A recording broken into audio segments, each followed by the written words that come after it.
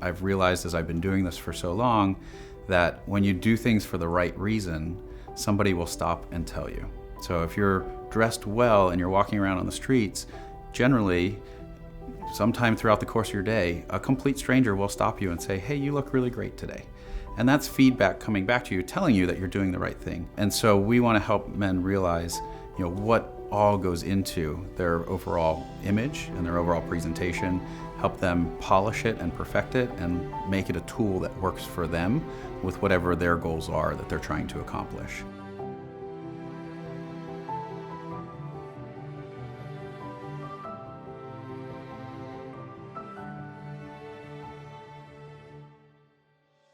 I started Henry A. Davidsen my senior year of college when I was at the University of Pennsylvania. And the concept came about based on an experience that I had, getting my first suit ever actually custom tailored. I had a friend, a classmate of mine, whose family had 3 generations of master tailors above him, and his father, being the 3rd generation, had an incredible skill but had not really grown his business the way he should have. My friend was really a little serial entrepreneur, and wanting to help his father grow the business, had for a while been trying to sell me a suit. And being a college student, I said, I really don't have any need for a suit. Let's just go be college kids, have a good time and hang out. Roll around my senior year, and job interviews started about 4 months earlier than I thought they would. I didn't realize that the jobs I wanted recruit right when you get back to campus senior year. And all of a sudden I was in need of a suit. So what do? You go to the only person you know that's ever talked to you about suits and say, what's this look like? And going through this process with his father, his father came up to campus, ended up taking my measurements, and I went through having my very first suit custom tailored and handmade by a generation of tailors before him. This would be a great example. This is a wool silk.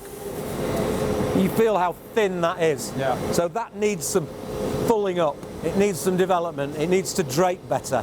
But if you put that on the wooden machine, it'd have these marks and creases and it'd be ruined. So this is the jet scour? That is, yeah, exactly that. Okay. Yeah.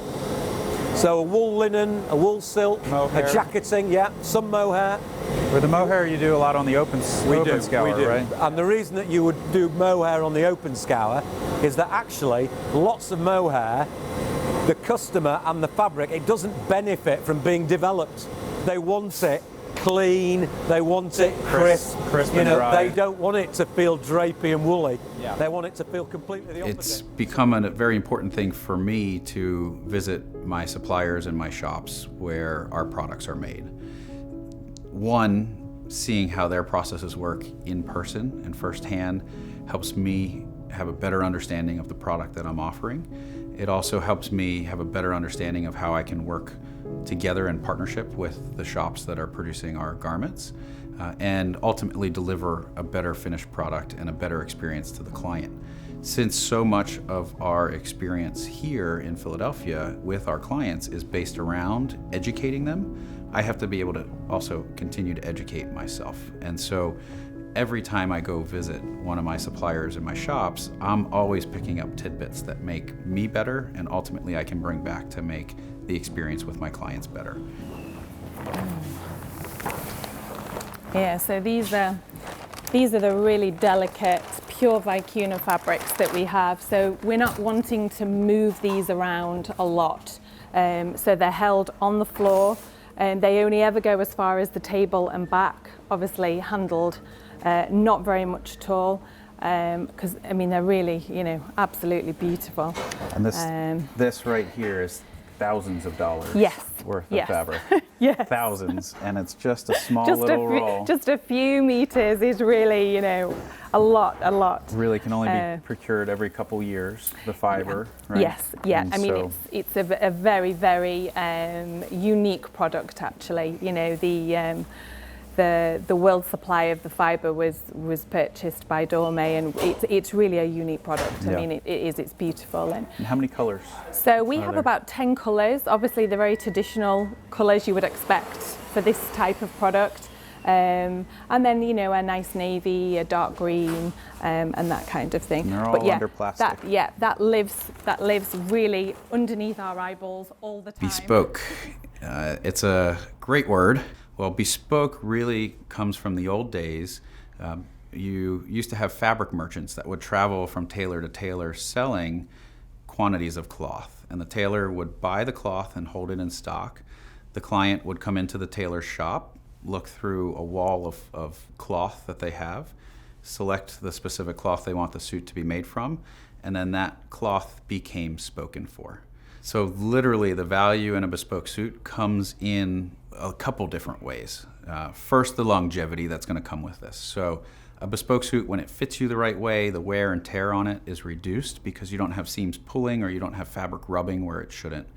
As well, being tailored by hand brings about an element that creates a longevity in the garment. So a true bespoke suit, well cared for, well worn, should last somebody a lifetime, and it should become an item that could be passed down through different generations. So this is the mending room, and essentially this is a very traditional part of the process, something which simply can't be eliminated because we're talking about natural fibres. So it's a painstaking job, requires a lot of conscientiousness of literally inspecting every metre of the fabric on both the back and the face. So there's a tiny little mend taking place there. The little pull. Yeah.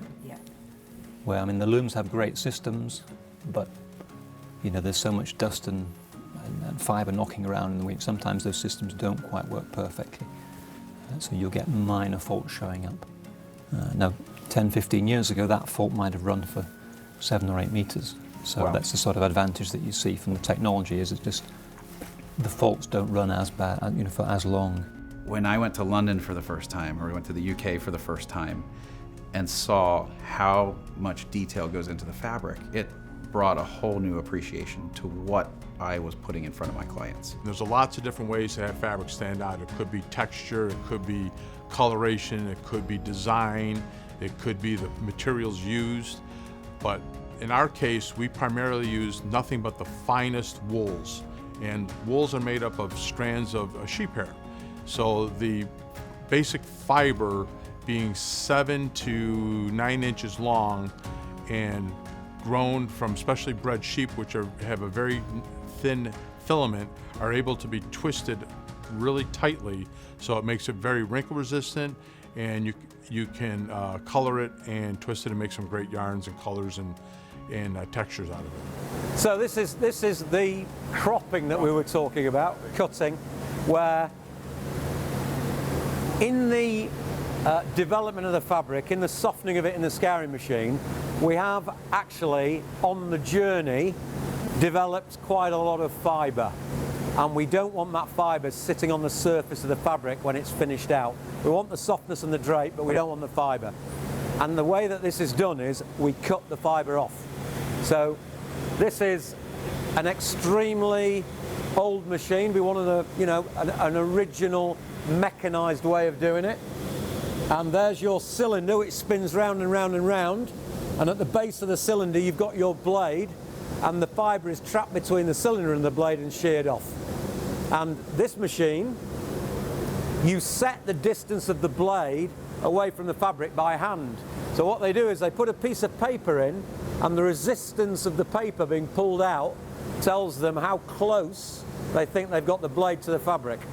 So this was a very original way of doing it, and it's only got one blade, so you cut the fabric, bring it back round again, cut it again, bring it back round again, cut it again, until, by looking up to the light, you saw that you got it exactly right. Kind of 3 classifications of pattern. The first one is off the rack, right? And I would say 90% or more of the world is probably shopping that way. Right. And it's a stock size. So we call it stock size, off the rack. In London, they'd call it off the peg. So if you've heard that terminology. And the way that that's created is really based off a set of measurements that fit most people most of the time. Right. And it's based off of your chest measurement. So when you see a 40 or a 42 or a 44 in the sizing, that's saying that your chest is 42 inches around, or 44 inches around. And from there, there's a set of ratios that determine the rest of the pattern. So if your chest is 44, your shoulder should be X, your back should be Y, the length should be another variable of that. And it's all kind of preset around what most people determine as the standard set of ratios. Right. And then you buy it and you have to get it altered, and there's only so much you can change in the pattern. When you step into made to measure, it's the first step of customizing this. So made to measure takes your measurements, it takes the closest existing stock pattern to your measurements, and then it blends the two together. So we're making adjustments to an existing pattern as opposed to actually creating a pattern for you. Okay. When you adjust that existing pattern, you have to adjust it and maintain those ratios. So if your chest is really broad but your shoulders are narrow, guess what? The garment's going to come out a little bit extra wide in the shoulder, and then we have to do extra work to finish it really to fit you the right way.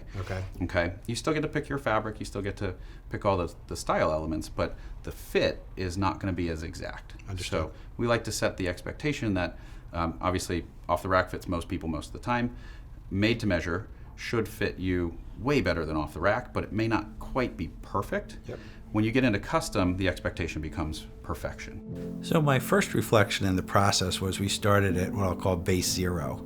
And Brian and the team at Henry A. Davidsen did a really nice job of educating me. They assumed I knew nothing, which was perfect because I found that I really did know very little, and really walked me through the process of how the wool is made, and it gave me a better understanding of what type of a product I might ultimately want. I've been shopping for customs clothes for some time now, but this was a completely different experience for me.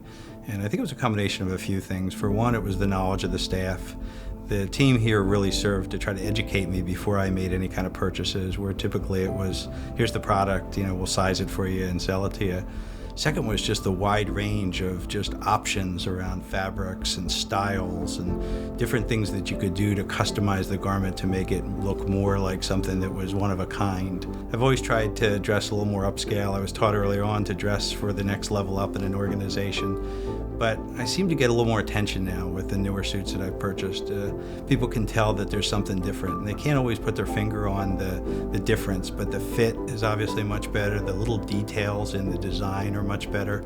So I'm getting a warm reception and a lot of questions about where did you get that, and how did you pick that, and where's something like that available? So lock it down, some steam and pressure on it.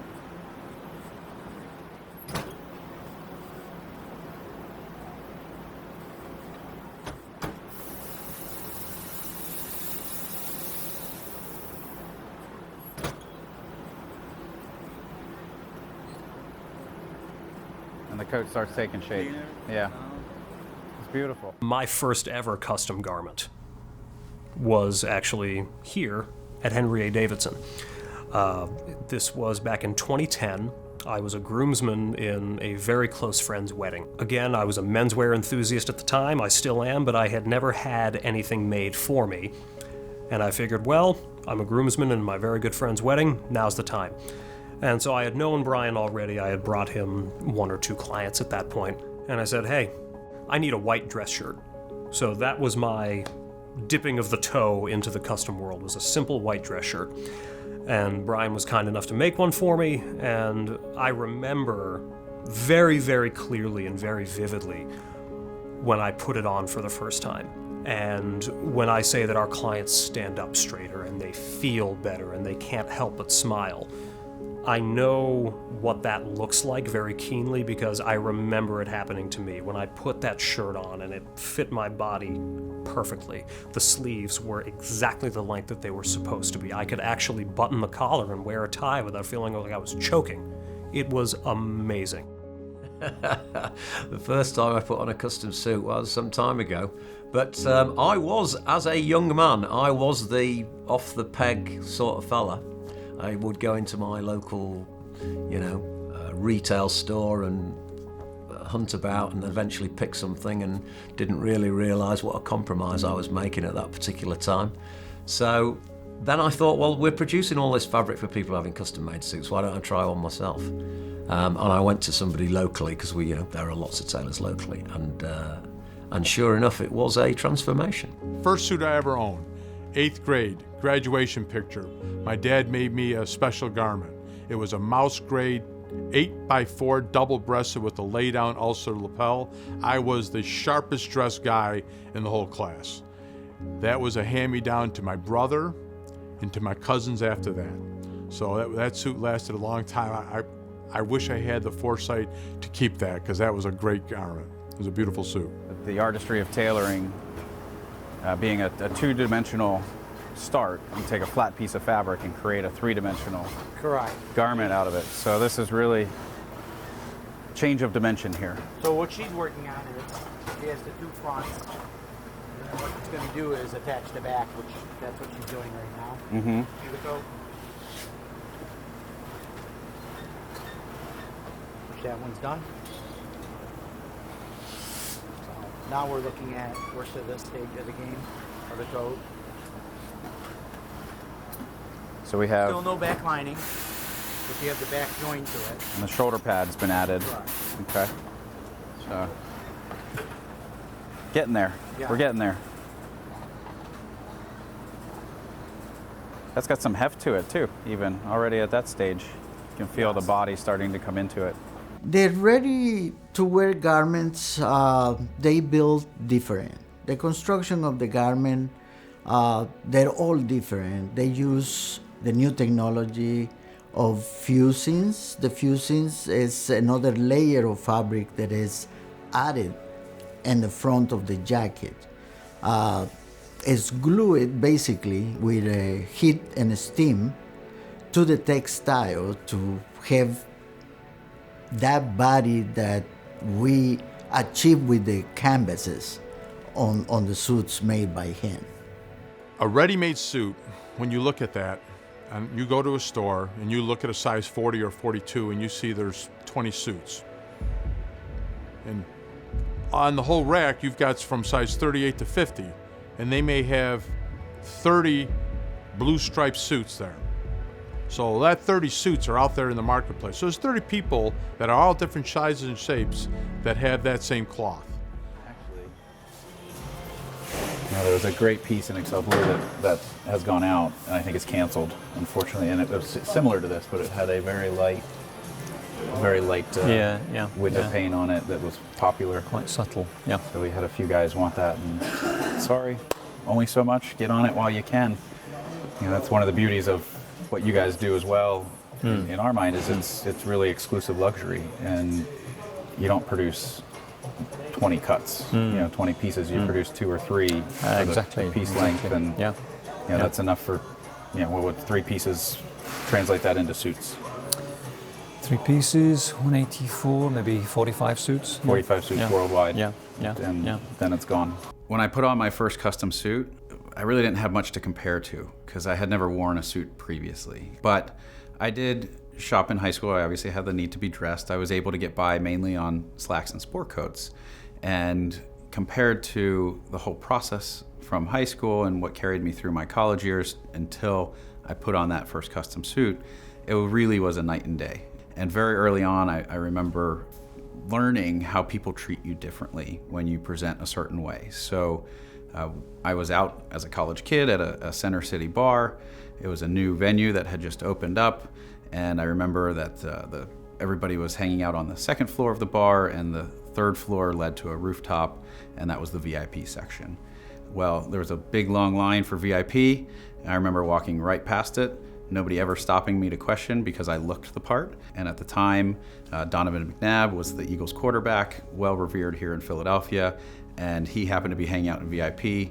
So I said to the bartender, ask him what he wants, sent a shot down to him, or a drink, whatever he chose, and ended up spending some time hanging out with the Eagles quarterback that night. So all of that I would attribute to the suit that I was wearing, my very first custom suit, and it's a neat story to just kind of show and illustrate the power of image. When you do it the right way, you look the part, people just assume you are the part, and they don't stop to question you. I don't know how to explain it. It's a satisfaction. What is? That see a client smiling in front of the mirror because we did something good for him. So it's a satisfaction of seeing other people happy for what we do. Henry Davidsen feels like home. You walk in, you're welcomed, and you feel special in this place. There are beautiful fabrics everywhere. This is a place that I really enjoy coming to, which for me is a complete turnaround from being very stressed out when I have to go clothes shopping. My favorite part of my job is, frankly, it's the client interaction. We have fantastic clients, and one thing that I love is to see our clients begin to truly understand the concepts of menswear that we make it a point to teach them. So we can essentially teach a man how to fish as opposed to just giving him that fish. That's the most satisfying part of the job for me.